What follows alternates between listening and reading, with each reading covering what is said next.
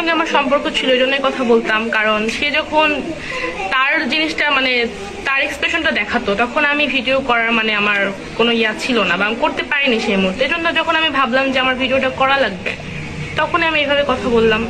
দেন সেও তার এক্সপ্রেশনটা দেখালো। কোনো স্যার তো কখনো কোনো স্টুডেন্টের ভিডিও কল অ্যাকসেপ্ট করে না, তাই না? তার সঙ্গে নিশ্চয়ই আমার অবৈধ সম্পর্ক ছিল বলেই সে আমার ভিডিও কলটা রিসিভ করেছে। কারণ আমার একটা হুট করে একজন ছাত্রীর তো সাহস হবে না একজন হেড টিচারকে ভিডিও কল দাও। এই সুযোগ দিয়েছে বলেই আমি করেছি, তাই না?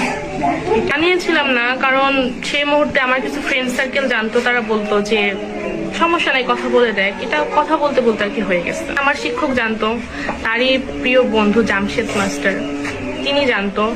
তিনি এই বিষয়টা নাকি অনেক আগে থেকেই জানতো, কিন্তু তিনি কখনো আমাকে কখনো শাসন করে নাই বা তাকেও কখনো বলে নাই যে তুমি এটা করো না।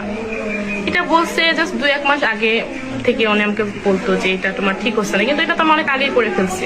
ওনার উচিত ছিল না যে শুরু প্রিয় বন্ধু জামশেদ মাস্টার আর ওই হেড স্যার রাজু আহমেদ, এরা দুটো বন্ধু একসঙ্গে ছবি আর কি ছিল, সেটা ও নিজে হাতে ডিলিট করছে। মানে আমার ফোনটা তাকে দিয়েছিলাম সে রিসেট মারছে।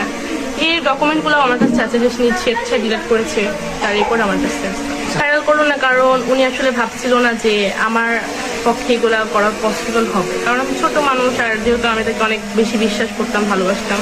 উনি ভেবেছিল কি ওনার বিরুদ্ধে কোনো স্টেপ হয়তো আমি কখনো নিতে পারবো না, এটা ভেবেছিল। কারণ কোনো মেয়ে তো নেয়নি, এই আমি প্রথম। এই বিষয়ে আমি সেরকম কিছুই জানি না, কিছুই জানি না। হ্যাঁ, এটা অভিযোগ তো দিবেই, সে তো অভিযোগ দিবে, কিন্তু এরকম কোনো কিছুই না। কারণ তার প্রতি আমার পার্সোনাল কোনো রাগ নেই বা আমার ফ্যামিলির যে রাগ থাকবে সেরকম কিছু না। বিয়ের প্রস্তাব দিয়েছিলাম, কিন্তু সে অ্যাকসেপ্ট করেনি। পরে আমিও ভাবলাম যে প্রয়োজন কি এরকম একটা মানুষের সঙ্গে রিলেশনে গেছি, ভালো কথা, বিয়ের কথা বলছিলাম যেহেতু আমার রিলেশন ছিল তার সঙ্গে, কিন্তু সে কখনোই রাজি হয়নি। না, এটা তো ভিডিও ছাড়ার পরে তো আমি বলছিলাম বিয়ের কথা, যে যেহেতু ভাইরাল হয়ে গেছে চলো বিয়ে করে ফেলে, তখনও রাজি। অফারটা কারণ সে আমাকে বলতো সবসময় যে তুমি অন্য কোথাও বিয়ে করলে সেখানে আরো বেশি ভালো হবে, তুমি তোমার হাজবেন্ডের মানে পরকীয়া চালিয়ে যেতে বলতো। এটা তো পসিবল না, কারণ ওনার মতো তো আমি না। অ্যামাউন্ট আমি টাকা পয়সার কথা এখানে তুলতেই চাই না।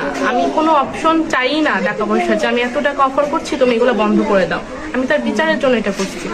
হয়েছে, কিন্তু আমার কি করার বলেন? কখনোই কোনো কমিটি বলেন কখনোই স্টেপ নিত না, নেওয়া হয়নি। কারণ নিত না, কারণ আমি যতটুকু শুনছি, আমি কিন্তু এটা একদিনে ভেবে করিনি। শুনেছি যে তার বিরুদ্ধে কখনোই কোনো স্টেপ নেওয়া হবে না,